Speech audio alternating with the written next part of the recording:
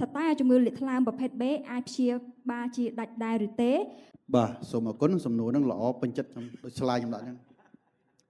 បាទជាទូទៅយើងជាគ្រូពេទ្យណាគ្រូពេទ្យព្យាបាលបានទេខ្ញុំព្យាបាលបានសួរបានយើងហ្នឹងយើងបាននិយាយថា 100% ទេអត់មានស្អីណា 100% ទេ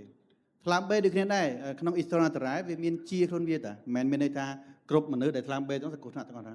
យើងទោះមិនព្យាបាលដាច់ក៏យើងប្រាប់ថាថ្លើម B យើងអាចគ្រប់គ្រងបានបីដូចជាតោមួយអញ្ចឹងយើងបរៀនប្រហាត់មកលេងសៀកលេងមួយយើងបានវាអត់ដិនជើមួយយើងទេនៅយើង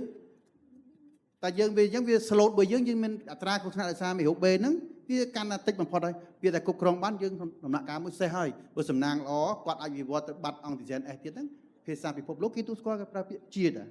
ញ្ចឹងបើសម្រាប់ក្នុងនាមជាគ្រូពេទ្យថ្លើម B ដល់បច្ចុប្បន្នយើងអាចគ្រប់គ្រងបានហើយមានភាគរយ 3-4-5% មានសំណាងទៅជាដាច់រហូតដល់ប្រឈប់ថ្នាំជារឿង positive ពីឃ្លាថា positive ធ្វើឲ្យអ្នកជំងឺក្រុមកុសាគាត់មានចិត្តចង់ធ្វើការវេតម្លៃដើម្បីព្យាបាលមិនមែនព្យាបាលមិនដាច់ព្យាបាលមិនកើតដឹងតែស្លាប់មែនទេឬឧទាហរណ៍ថាអ្នកកើតតែនំផ្អែមលើសឈាមគាត់មានឱកាសនឹងព្យាបាលជាដាច់ជុំវិញ